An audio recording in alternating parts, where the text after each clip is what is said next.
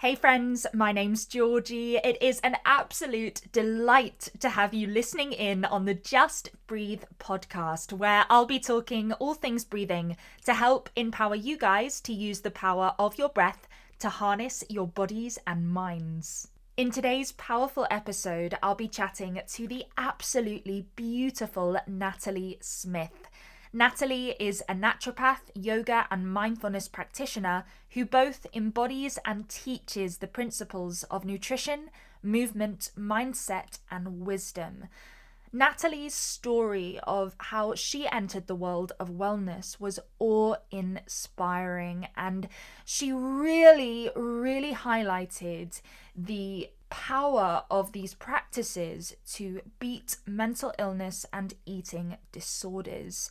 Natalie also talked about what a detox really means and the ways we can detoxify and unclog our system, as well as why movement is so incredibly crucial for staying well. It was such an incredibly insightful and empowering conversation, and I really hope you enjoy it.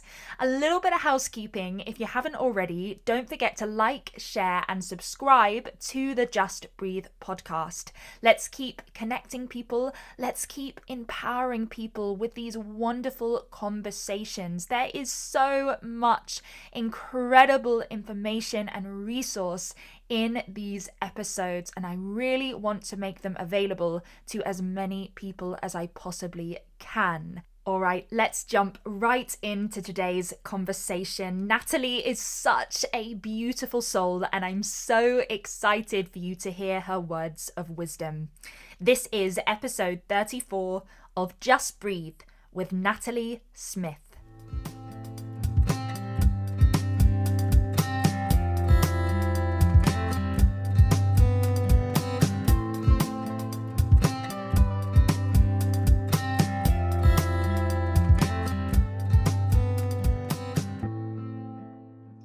Hey Natalie, how's it going? Hi Georgie, really well. Thanks for inviting me on.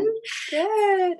Yeah. I'm really excited to chat to you about everything you're doing. I've seen all your stuff across social media, and the message you're spreading is just beautiful. I love how your posts are really sort of organic. I think. Okay. I can't, Oh, I love that. I'm pleased about that. your content comes across as really organic, really authentic, really from the heart, and I think that's why I felt so compelled to connect with you and hear more about your story.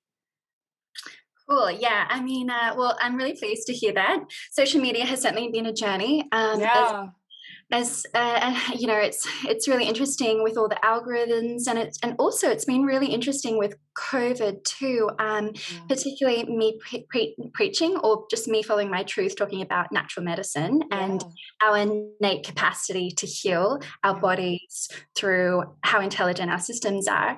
And with COVID as well, like just talking about, we have an incredible immune system that can actually heal ourselves, and if you prime it with fruit, vegetables, it will fight off organisms and things. But I've kind of been censored a couple of times, so there's these things going on about censorship, and I was like, oh, okay, of course, if you're going to talk about some ridiculous things. But I experienced it just by talking about detoxification, vitamin C, zinc. Like, posts were removed, and then I realized, wow, this is a real situation going on.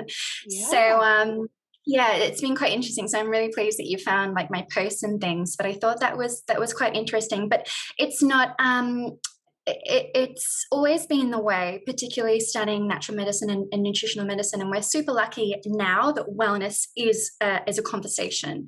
But when I was growing up, or even when I studied 10 years ago, it was very woo-woo, because because what we see in the literature, so when we create studies, or when we're doing studies, with nature or environment, it takes 10 years to reach your doctor's office. Wow. So what we learn then what we start studying, no wonder there's always a backlash, particularly if we're studying fruit and vegetables, or we're studying like time in nature can lower your blood sugar or balance your blood sugar, lower your triglycerides and cholesterol and all of these things. Yeah. There's no money in it. So then That's what I was just gonna say. There's no, you can't sell nature. It's available to everyone and it's free, which to us is what's the beauty of it. But to the pharmaceutical industry, that's a loss. That's a loss in business. Yeah, and it's a really, I think now we've seen that it's a requirement and people really need it. And with the pandemic and COVID, we've realized, oh, actually, you really need movement. You really need vitamin D. You really need sunlight. These things for your mental health, because we're dealing with, something that is completely, no one is unaffected by this, whether it's like a loved one, whether you're suffering mental illness, or as well whether you're experiencing loneliness and isolation, which is still in that category, a loss of connection, and as well as your own bodily health and immune system too. So we've realized that we need all of these things that we've lost, and I think it's going to be an interesting space over the next 5 years, particularly in mental illness. I was just actually on a conference call last night, actually, and talking about, the statistics there's also a conversation about mental illness, right, and then mental wellness. So it's the notion of mental wellness, but then also the conversation about mental illness and how real it is, and how we're also too scared to talk about these things.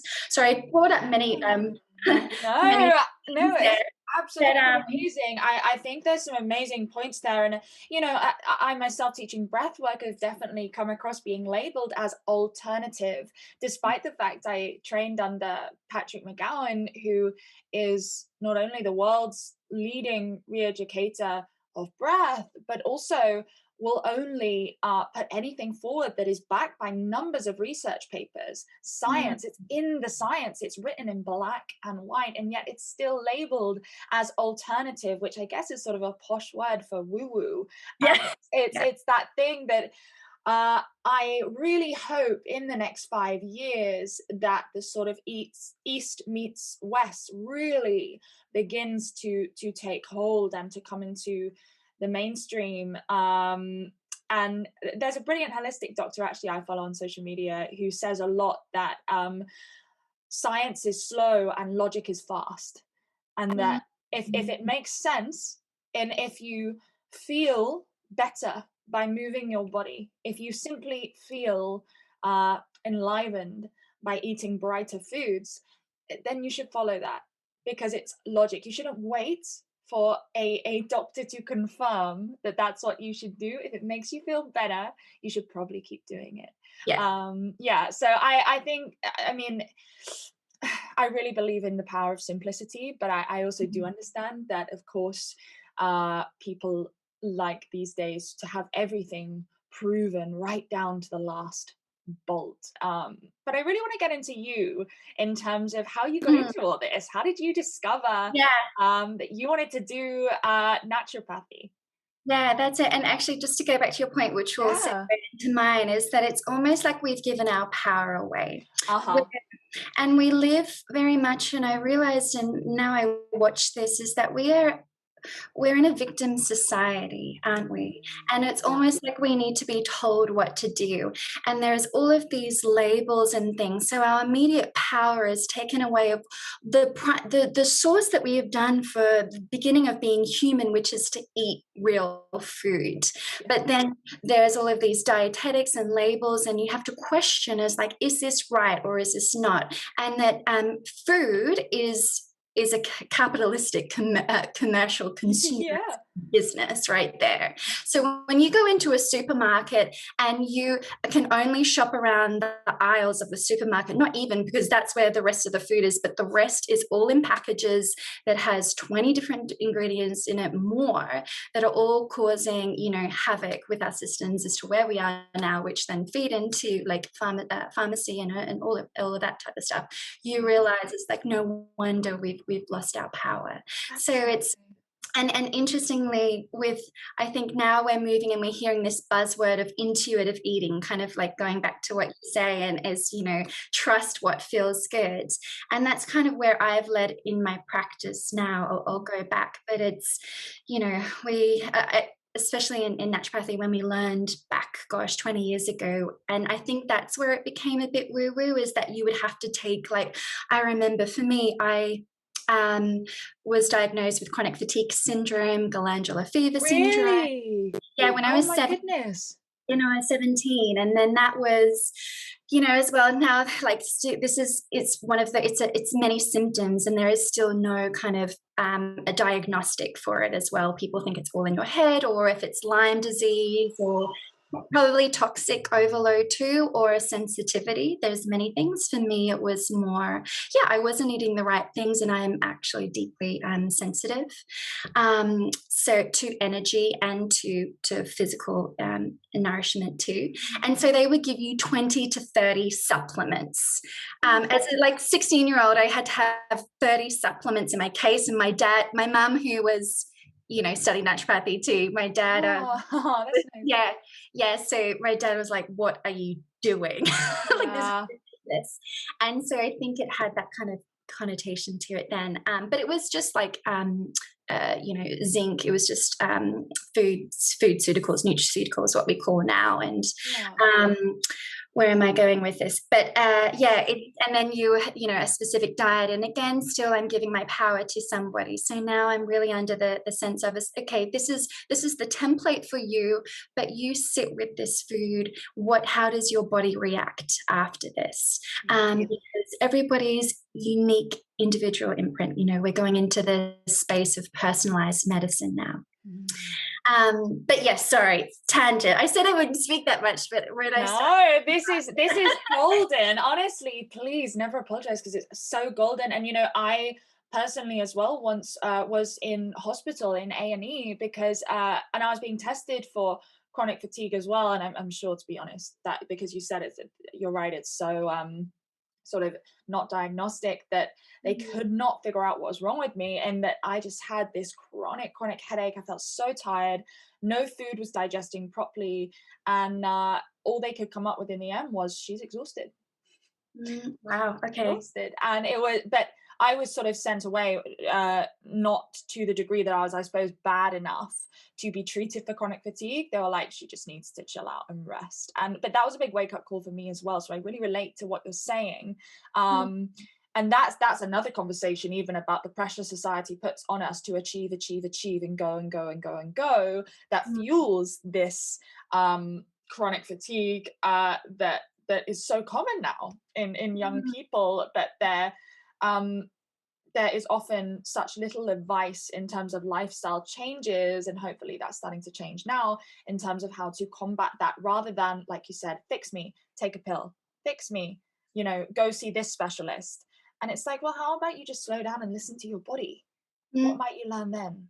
Right? Yeah, that's it. And there's that internal pressure and then external pressure. For example, there's some studies come out with COVID, is in Japan, for some reason, is the highest rate of suicide in women. Which is really interesting. Yes, in Western style, we know the statistics and things, but for them, as you know, being single parents and, you know, having to deal with anything, and there's in Eastern culture as well, committing suicide or having mental illness is you know, like deemed upon. So then there's that external pressure, but then your inner internal judgment for yourself. So we're always dealing with two caveats, aren't we? Yeah. But yeah, so with naturopathy, so I was brought up, I am Australian, grew up in Gold Coast, Australia, which is in the eastern coast. So it's like a beach Yeah. It used to be a town. Well, it's a city. It's a bit of a city now, and particularly because it doesn't have corporations there. But now you've got like all the entrepreneurs, and you've got like, it's so cool that we can run business off the line. So you've got a lot of people there. Like, prices have gone up through the roof, but it is like an absolute haven. And it's close to Byron Bay, which I'm not sure if you've heard of Byron Bay. Of course, I've heard of Byron Bay. Totally. Yeah, it's like a bohemian dream. So that was really advanced. Yeah, so it was naturopaths, it was like, any single alternative world is there. And then that kind of, went up to the Gold Coast, and some really great research and natural pioneers there, because it was a way of lifestyle. It's, interestingly, and when I go back to the Gold Coast now, because I'm, I'm a Londoner, it's, you can get up and get your coffee at 6 a.m, but you can't get dinner past 8 o'clock. Wow. I love so it really is that like really life-work balance, pro-life. Yes, I love that. Yeah. And then you've got, you grow your own vegetables, and it certainly is that. Obviously, we have the medical industry in Australia is very interesting. It's, even though we have a big richness of natural culture, is still this other side, and it's quite dogmatic. But that's another story. But so I grew up with having a naturopath like on every corner, as you would have pharmacists and as you would have a doctor, and you've got a lot of integrated centers and things like that. So even though they're still not well respected, but it's getting there. It's getting, like, the dream is for us.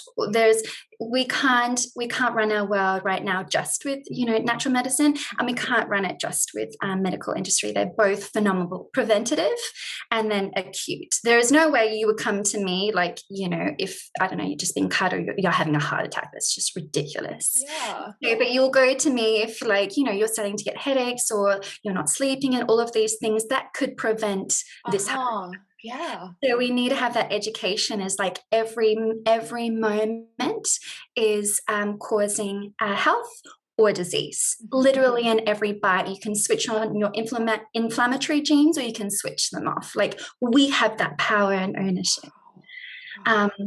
Which we have to start, like, we really need to start speaking about. And then so with me, naturopathy, I was always like a super sensitive child, had like my own mental health disorders actually, and I was like very, very sad, and had a lot of anger and things when I was really, really young, and almost like was diagnosed with depression when I was 11 years old. Yeah, I know, which is and it's so strange as well. And, I kind of feel bad talking about it, because my parents were phenomenal, and mum was amazing. It's just, whether it's my genes or who I was. Sometimes we have a disposition for this. And I think it was because, and as well, when I see children, is people that are more like energetic or sensitive or creative. And I certainly just soaked up everything. And then again, what I'm about to talk about is, we can't measure it right now, but I very much read people's energies. Oh, I can feel them. And so I will take that on, and I took that on as a child, which we totally dismissed. And I only realized. How did you know how to handle that as a child? And I think I can definitely relate as well, as being a child that has so much energy and so much curiosity about the world, and such that can come back to you in a negative way, because then you can become so overwhelmed and so sort of dislodged in, but where I don't understand, or I don't know, and I don't know where to put this, and spiral away, can't it? Yeah, that's it. And then if you're incredibly shy, like I was petrified, almost mute. And so there's always a trigger point, but for me, I still don't know actually where that was. But anyway, without knowing what to do, my mum was a single mum. The best thing that she could do was put me on medication. So I was on medication, from 11 until actually 21. Whoa. And right. And so what was really interesting, because I went to a psychiatrist, and they just prescribe you the medicine, slap and a then Band-Aid on, right? Exactly. Never once. And then I moved to London when I was 20, 21, and I started getting these I started getting like dizzy spells and almost passing out. Ooh. And it was like, Mum's like, well, we've actually never really assessed your medication. You've just continued taking it, right? Continue taking it. There was one point, I think when I was 17, where you reassessed it, tried to take it because I had it. So when I was 16, 17, then got like I don't know, had anorexia and bulimia. So anorexia, then I thought, okay, this is too hard. Can't be fun with this. Like I was doing, now I look back, it was like I was doing it as a cry for help. And there was obviously a trigger. And then I was like, okay, this is too hard. Find the easy way, bulimia. And that's a way of control. Because I remember Googling it. Oh no! Right? Like, so, but I think this is kind of like, it's really funny. I never talk about this. It's just kind of just whatever. It's just a part of the journey. But I think it's quite a common thing, or it was is Australia as well, because I don't have a traditional design. And as well, I think because I was so shy, and then I put my my value into my beauty and things, and because I was on medication, my I was always more like voluptuous, but that's not the stereotypical desired teenage physique in Australia. It's like you look like a boy basically. Yeah. So thank God beauty's back, and like thank God now the conversation about body beauty is not representative of that. But I know teenagers still suffer with this, but it's move far beyond. And with the addition of social media and how it's grown now with Instagram, it is it's not helpful. I have like we just said at the beginning, Instagram can be used as such a positive vice, but of course where there is light there's always dark, and there is such a perfection, an idea of perfection that is drawn up on Instagram that is just unrealistic. That even having worked in the modeling world myself, that's seen photos of myself that don't look like me. It's highly edited, whereas like I can't look like that, and that's a picture of me. So bless some other girl that would try and aspire to look like that, when actually the person that's in the photo cannot even reach that herself. But I think this is incredibly I feel incredibly inspired you sharing that right now, because looking at you as someone who is stunning, and just that sort of someone I look at where I go, wow, she's beautiful, she's glowing, looks so healthy, etc. To sit there and say, hey, I wasn't always like this. I have a history, and it wasn't always sunshines and rainbows of what everyone associates with naturopathy, where people meditate in circles and they drink it. Right. We do, and I do meditate in circles. Yeah, and drink cacao. I do, and I love it, and I will hold my hand up and say I will never stop doing that, because it feeds my soul. But I think it's beautiful to speak out about the fact that it's like, but hey, this journey started with a much darker story, and that I think we have this image in our heads that someone who would sit there and say, yeah, I was depressed, or I had anxiety, or I had whatever, would look a certain way. That people that look the way that healthy people should look, you never associate mental illness with them. So to sit there and say, no, I've been through this. Right. I think that's incredibly inspiring.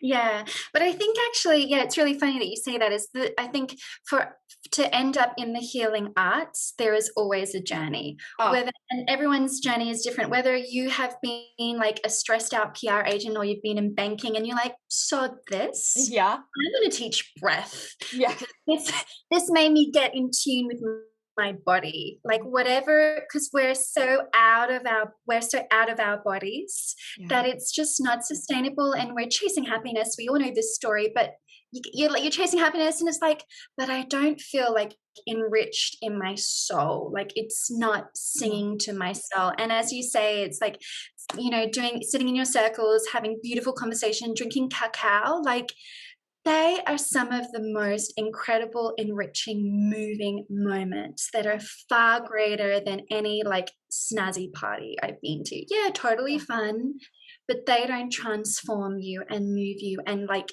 you know, I truly, really think that we're all here for a destiny and for a calling, and Me too. it might take a while to get there. Yeah. You know, I actually, as well, I have a 19-year-old sister, half sister.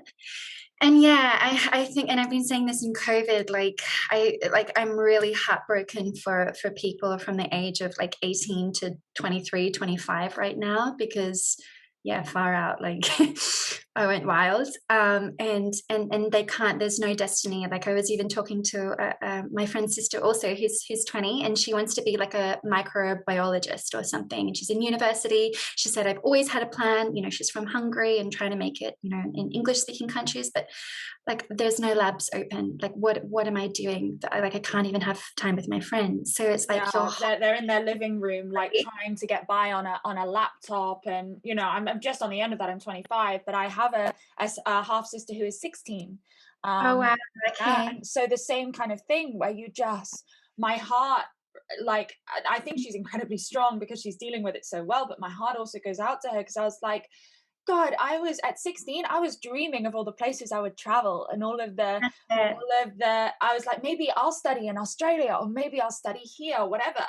And for them sitting there, they're sort of like, you know, I don't even know if that's a possibility for me in the next 2-3 years to go to a different country, etc. And it's tough, but you know, we have to use our adversities, I suppose, to move us forward, and they always can if we look deep enough, as you've shown, circling even back to your journey, that clearly everything you've described in your journey seems to, I'm sure you'll confirm this, has been a springboard into serving the greater collective, in that there is a deeper way to heal than pills and supplements. That's it. That's it. And there's so many layers to it as well. It's because what we think that we are, not just in our bodies but in everything, is that we are, you know, one single organism or one single organ, or it's just me relating with the world. But we are nature, and our body is a complete complex system made up upon systems, made up upon layers.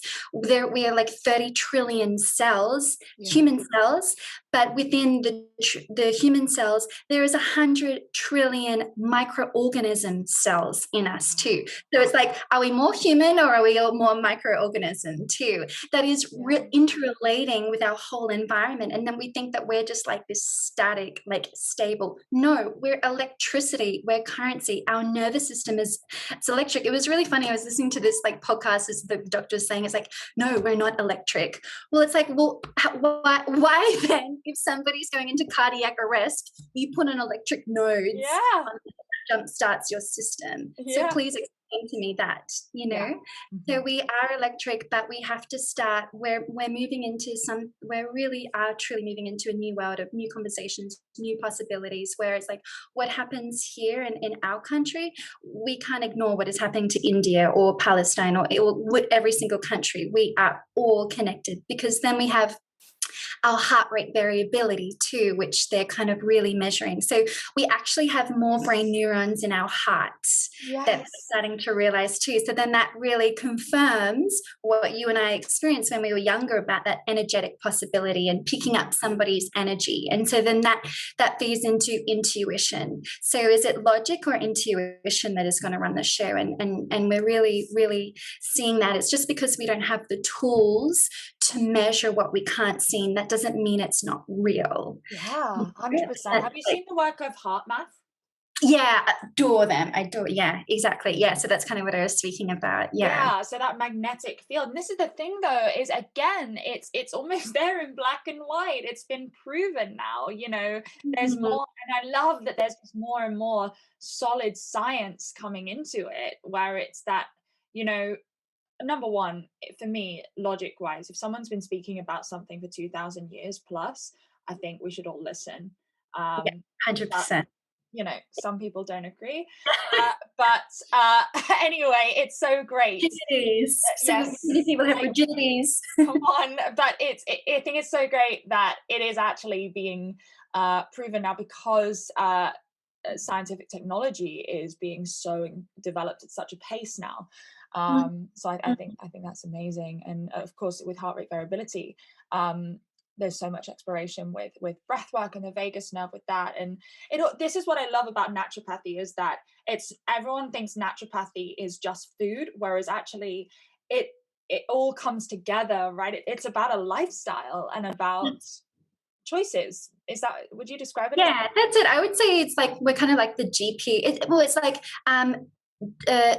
doctor is nature. It's like, and doctor means teacher. So who can I learn from? And it's like your tool bag. It's your it's your kit. So it's like me as well. I'm not on medication anymore. I haven't been on medication for a long time, and I definitely wouldn't go there because I think it certainly numbed me. So when I was 11 to 21, I don't really remember much. Which is, it was, well, I was just consistent. I was in a consistent mood. No major highs, no major lows. Wow. Pretty numb. Wow. And so, yeah, and I've had to do a lot of work to be able to, I mean, I've always been empathetic, but as well, like that numbness comes in too. It's like I can't sometimes reach like deep emotions of like with in front of somebody.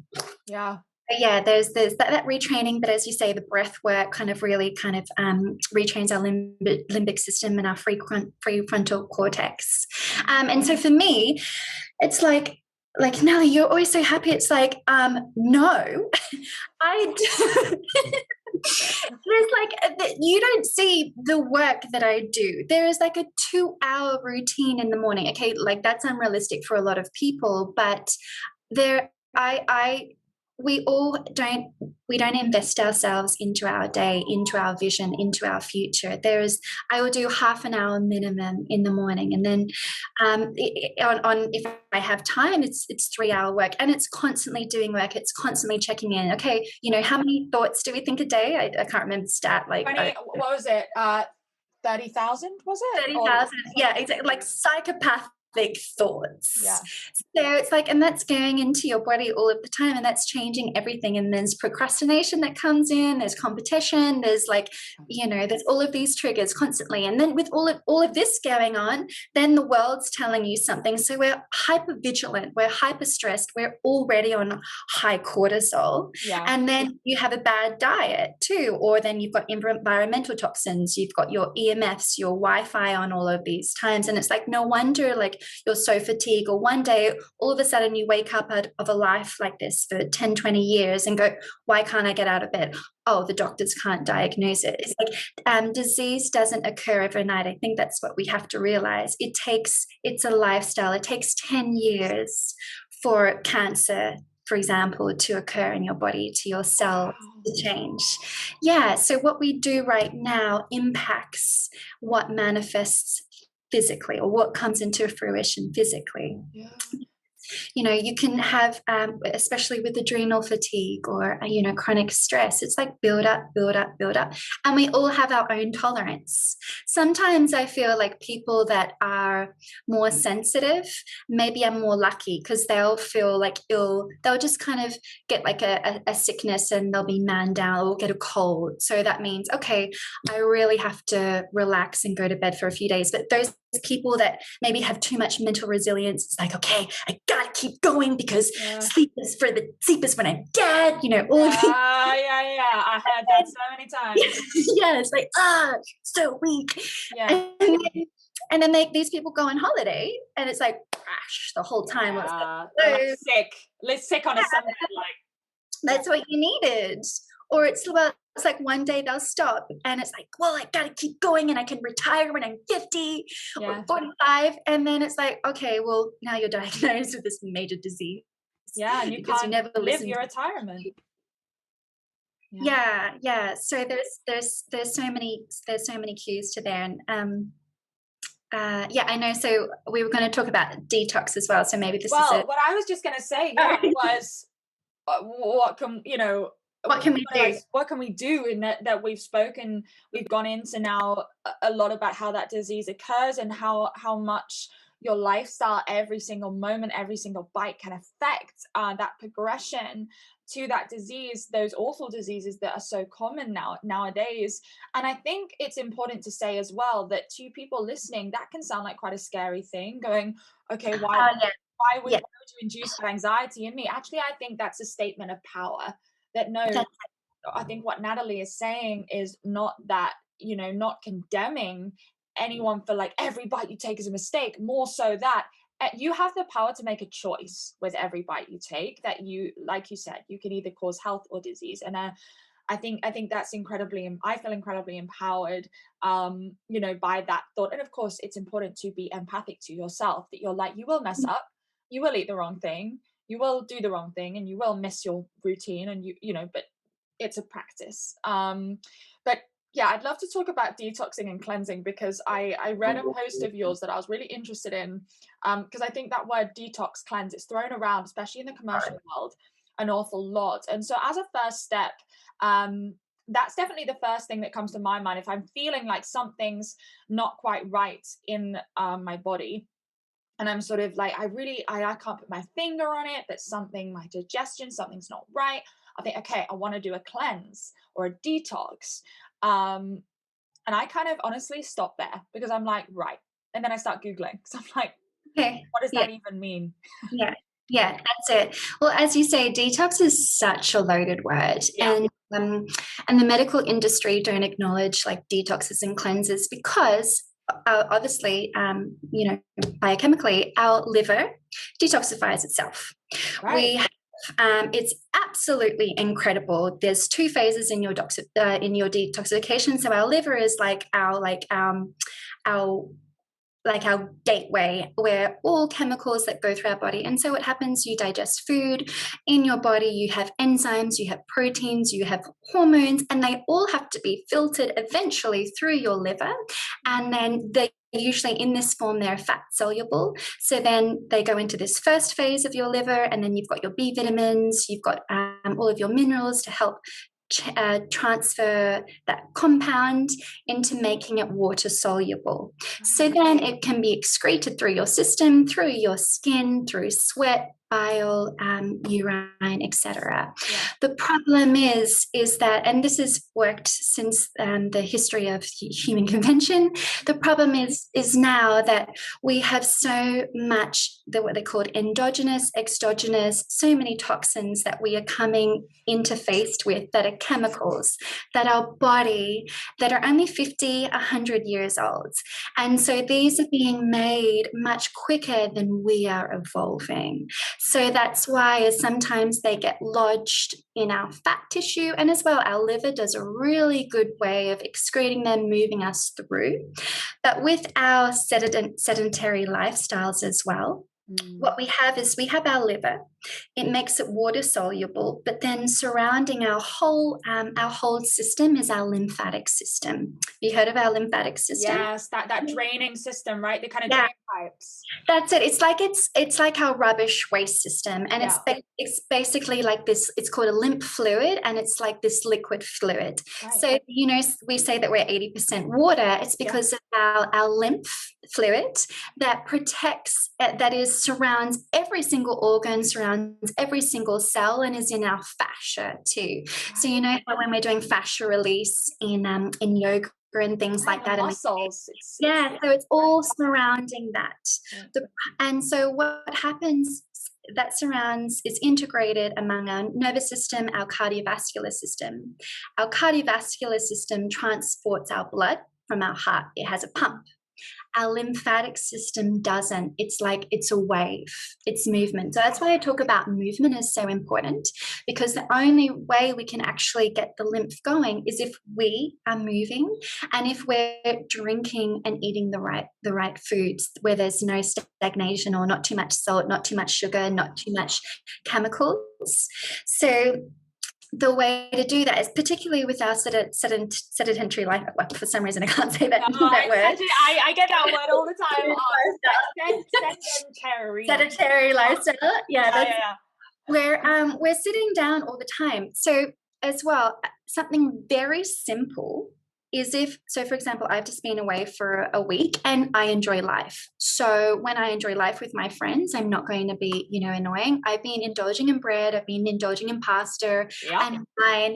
These things are not like these things I'm aware of. I get a little bit sluggish. I get brain fog because I know my cues, and I know that for me, my liver actually doesn't work as fast because I've done a gene test. We can talk about that later. But anyway, so immediately I have brain fog. I am so exhausted, and I've even started, like, my skin has started getting bad only in a week. Yeah. Like, isn't that phenomenal? Yeah, that is insane. Such a reaction, such a, it's like almost like, like a WhatsApp message. It's like that from the body, like ding, ding, ding. Yeah, like, that's it. Yeah, exactly. And as well, I'm sitting down on my desk for 10 hours a day. So I'm not moving too. And then when I was on holiday, even though I'm walking a lot, I'm still not doing my yoga and my breath work and all of these things. I don't regret it. It was absolutely phenomenal. But then I come back to work and I'm like, oh my gosh, my concentration and brain, like, for me now, the indicator of how my health is and how I need to know that I need to detox my system or just make these small changes is brain. That's the most important thing. Whether I can concentrate, if there's fatigue or fog or anything like that. So going back to the lymph and going back to helping our bodies excrete toxins is, you've heard of body brushing? That's a dry brush. Yes, dry brush. They've talked about that since the inception of natural medicine and naturopathy. Wow. Again, moving your lymph too, shedding your skin cells so you can sweat properly. Like so a self-massage almost. And it's self-massage too. It's really moving that lymph too, because we need those wave motions. But what we have is our lymph ducts too, as well. So with putting deodorant on too, like deodorant, that's because our lymph duct is right in our armpit. So whatever we put on our skin is directly absorbed straight into our bloodstream and straight into our liver. So then that causes more of a backup of things that our liver has to filtrate too. So basically, everything that's coming into our body, we should be detoxifying as much as we're absorbing and taking in.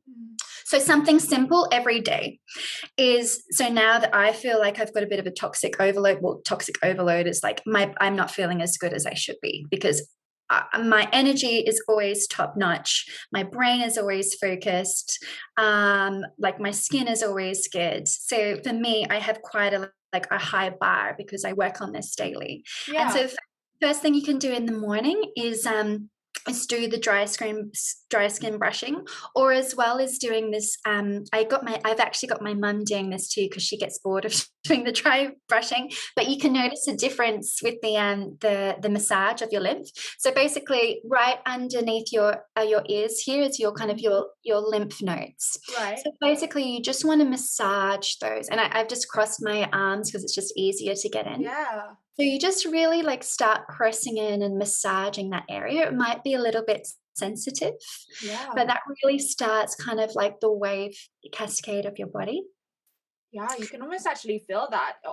If I put pressure there, I actually feel a sensation in my lower abdomen. Oh, okay. Oh, that's interesting, because then there's also the nodes down there as well. And as well, this is where our tonsils are. It's why our tonsils are really important, actually. And if you kind of get flare-ups or tonsillitis a lot, it's like your lymph. It's a sign of detoxification. It is not functioning as well. Ah, that's interesting, because I have my tonsils removed. Okay, yeah. Great. Because when I was younger, I had tonsillitis like a period. Like once a month. Oh, wow. Okay. Yeah. So because your lymphatics is really connected to your immune system too. And then you would go down to your clavicle here. This area is really important. Mm-hmm. So you go from underneath your ears to your clavicle. And then underneath your armpits. Yeah. And so you're really, and actually a really good indicator to see if you are, if your lymph isn't moving, is if you look at your armpit, you should have a real dip in your armpit. Right. But if it's not, we call it arm puff. So, it could be a bit squidgy, or it's just straight. The indication is you've got to move more. Right. So with this work, you can really get that going. It will go down there. in pit and then down in between your groin and your knees. Mm-hmm. So that's really important. Movement is really important every single day. Sorry, and then I went on a bit of a detour, but going back to what do I do with a detox? Basically, the hydration is really important too. But as well with our water system, again, from our tap water, like there's fluoride, it's going through maybe old pipes and all of these things too. I said we're 80% water. So for your water, so the water that you're ingesting to match your cells, it needs to be kind of like active. That's why we have spring water. That's why we drink water in nature. So sometimes you'll drink certain types of waters and you'll never be hydrated fully. So you can be dehydrated even by drinking water. So what you can do to prevent that is just putting electrolytes in your water, natural electrolytes, sea salt, Himalayan salts. Okay, right. So that I didn't know. Like when you said electrolytes, I was like, oh, so do you need to go buy that? Like, Oh yeah, where do you get salt. it? Just salt. Yeah, salt, not table salt that's got iodine again and chemicals in it. Himalayan pink kind of. Himalayan pink salt, yeah, or sea salts.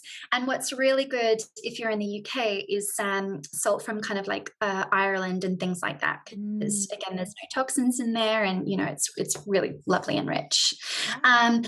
So you want to be just ingesting your water. And back in the day, or something that was super easy that we all know about is putting lemon in water, and lemon and water, and that's like something that you think doesn't actually affect you, but it's alkaline.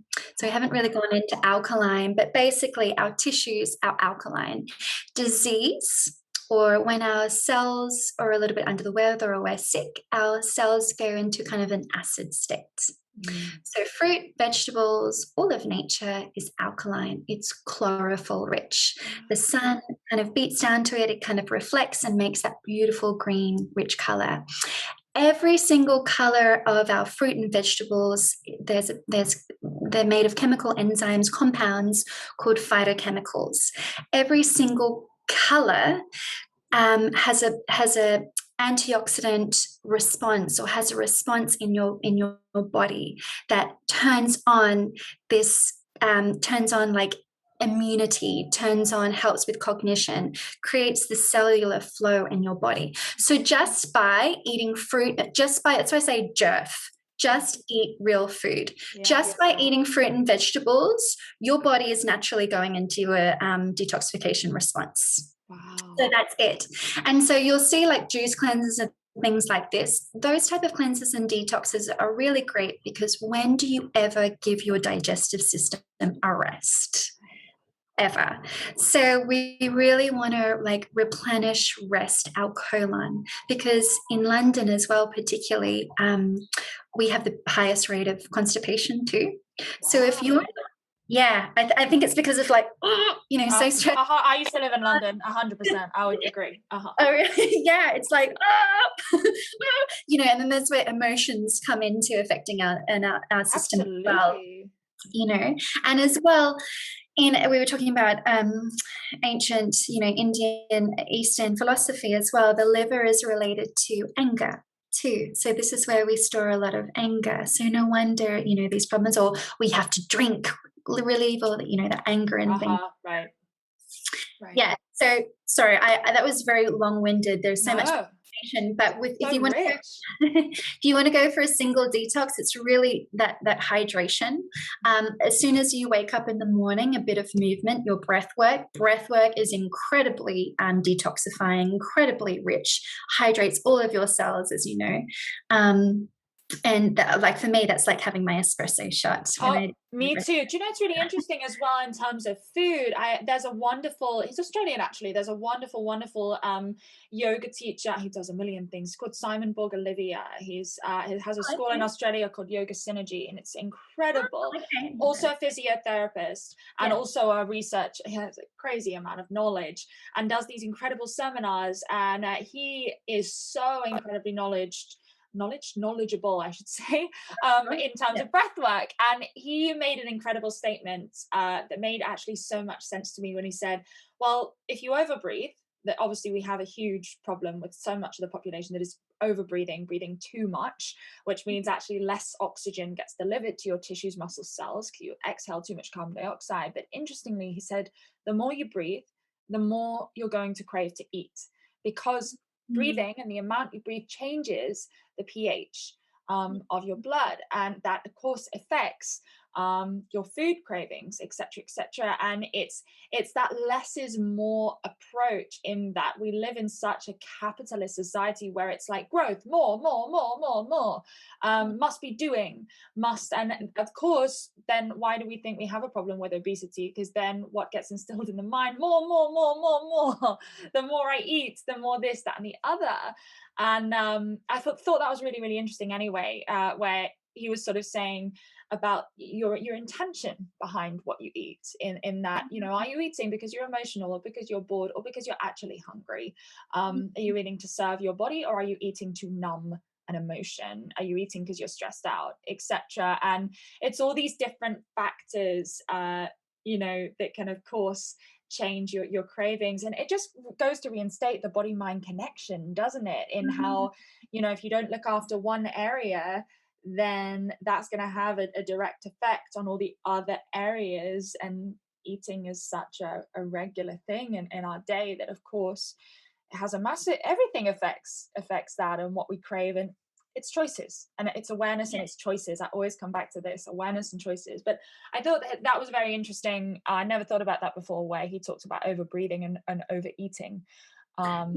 That's really interesting, particularly as well as we know that, you know, sugar, it's like when you're craving so much sugar, where are you missing the sweetness of life? They need to be taken sweetness. I love that. Yes. It really is.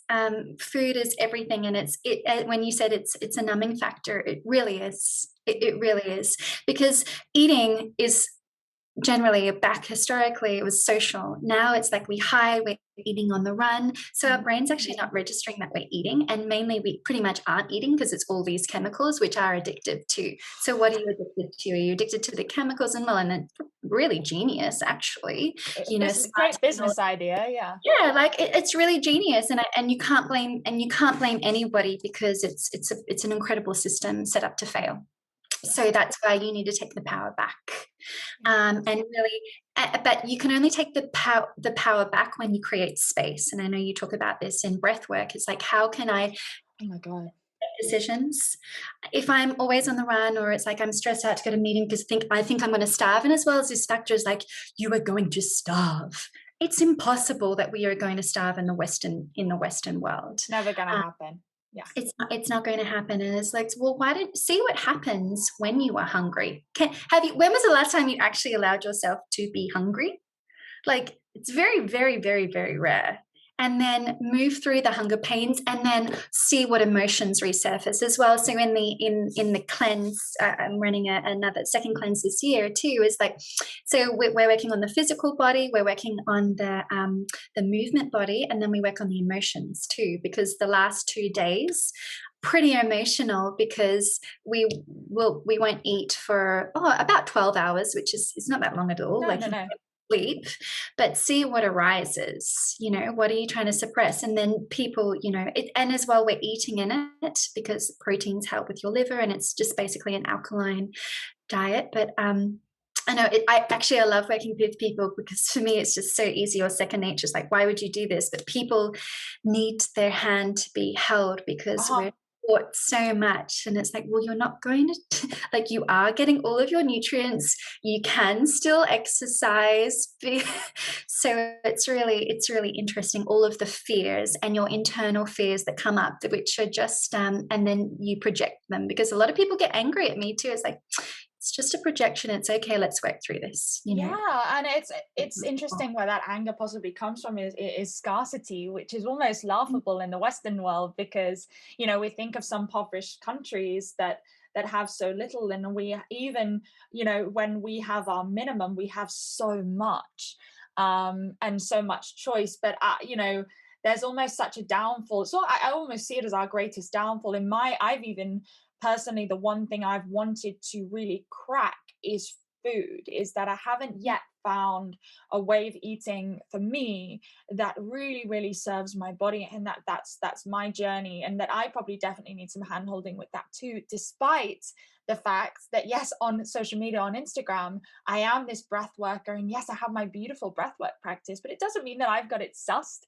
And No. that's another illusion that I like to crush on social media, that yes, you know, people may see me doing my yoga and my breath work, yes, because that's all I post. I don't post the bit where I'm really angry at myself because I've just like gone out on sugar or something, or I know I've eaten something that doesn't serve me and I'm like, oh, I don't know, whatever.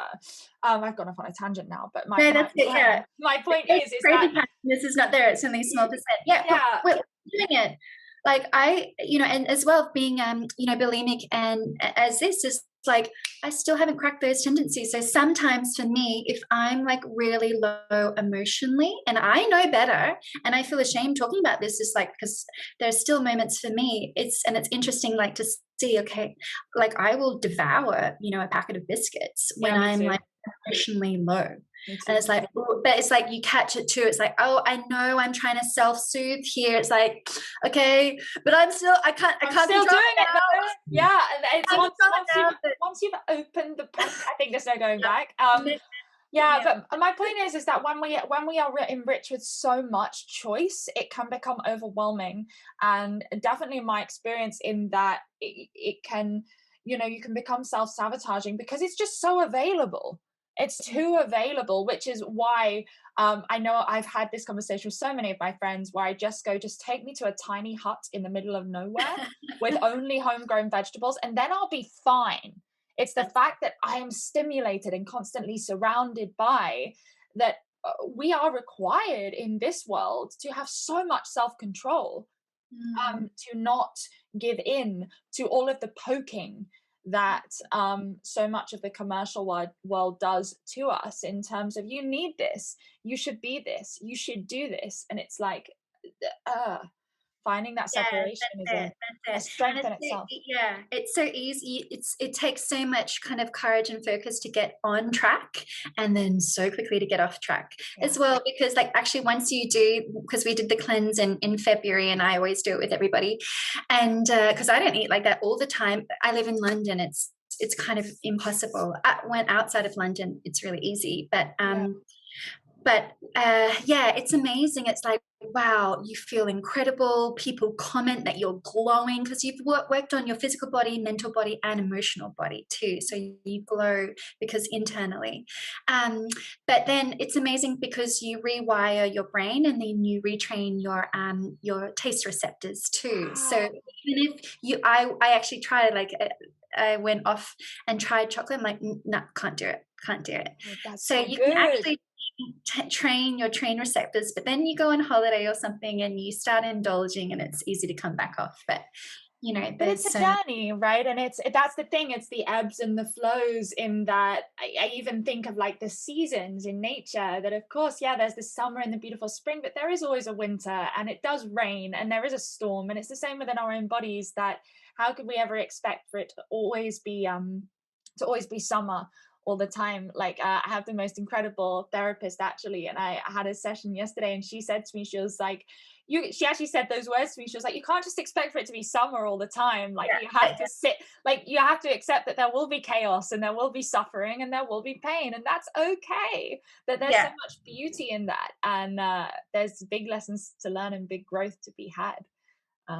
That's it. And that's why I love nature and plants around me. And that's why I always have flowers around me, because it really grounds you and reminds you that death is a part of life, and renewal is a part of life. And we are cyclical. In every moment, there is a phase and a stage. And it's like, you can't be out blooming all the time, because that is exhausting. And you really wouldn't want that, because that's too much pressure. So allow the death, allow rebirth. Allow change, allow transformation. It's like we don't live in a linear world, even though we're told that we should and do. It's not. And us as women, we certainly are not like that. We have cycles. We are. So the more that we connect with that, the better we can transform and help each Yeah, connect with our nature. I mean, I feel like I need you on for another episode just to talk about the cycle. But yeah, because otherwise we're going to be here for hours. yeah, But I said it would be short, but no, we've hit our so fast. I know it goes so fast. But I kind of want to wrap it up in terms of on the detox note, in terms of, number one, how do people find your detox? It's going on in June, right? Your next. That's it. 7th of June for 7 days. Or I'll be guiding you through, we'll be following like an alkaline type eating program. I will give you all recipes and things. I didn't do that last time, and people, I realized, need to be held. And I know I would need to be held too.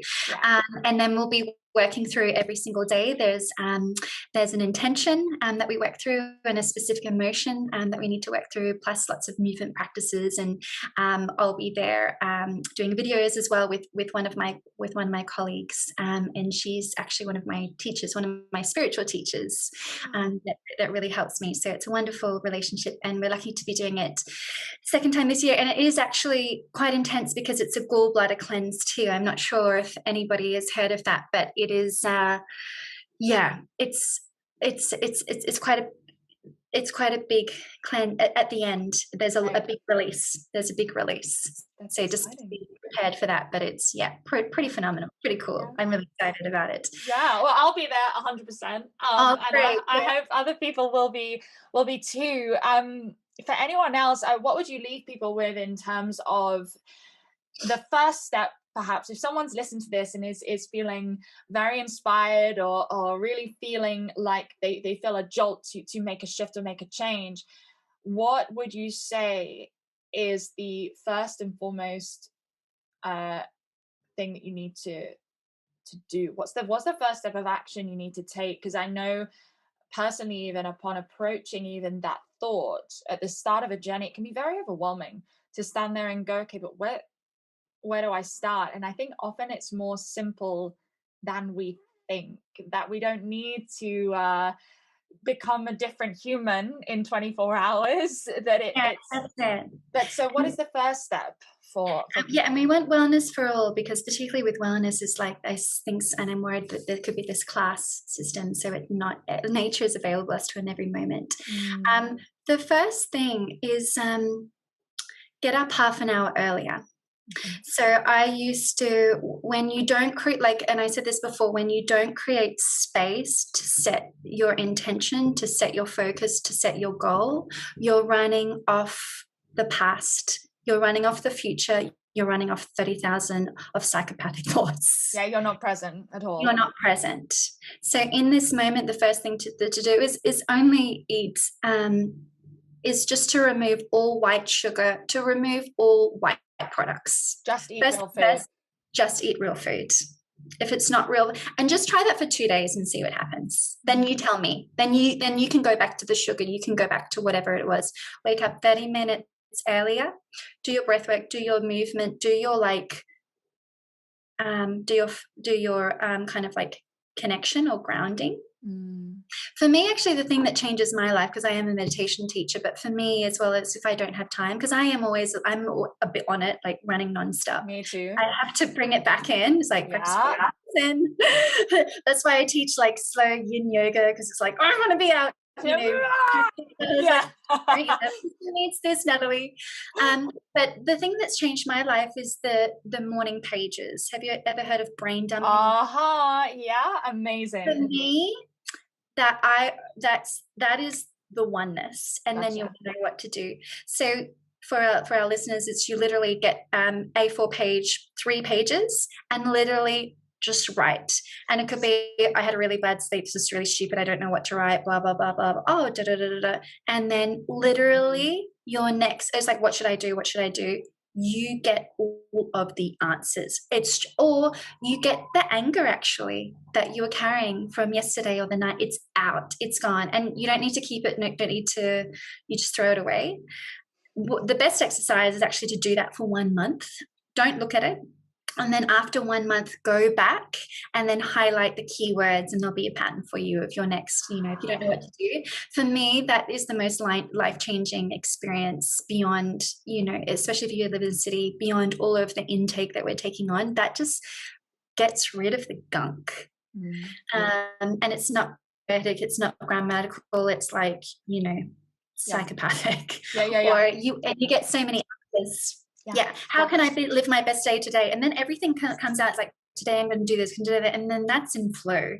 And then you create space by creating space to listen to your intuition. Create space. So I love that. Where can people find you? So I'm really bad with technology and I'm really working on it. So just at the moment I'm on social media because I had this NAF website that just wasn't getting me anywhere. I've almost released it. I'm releasing it for this weekend and because my cleanse on Eventbrite, but I think that's fab. So I'll send you the link and then I'll send you the link to my website this week. Put it in the show notes, That's it. But I'm just on Instagram and getting my Gangnam Style with that on. Fantastic. Well, we'll put all the links down in the show notes and it's been amazing to have you on and just so many rich insights. I feel like I've learned a ton and I feel like I'll be so excited to read whatever book you end up writing in years. I can see it and it's going to be beautiful. Yeah, thank you, Georgie. It's been a pleasure. Thanks so much for your energy and your light and your vision in the world. We need more of you. Oh, thank you.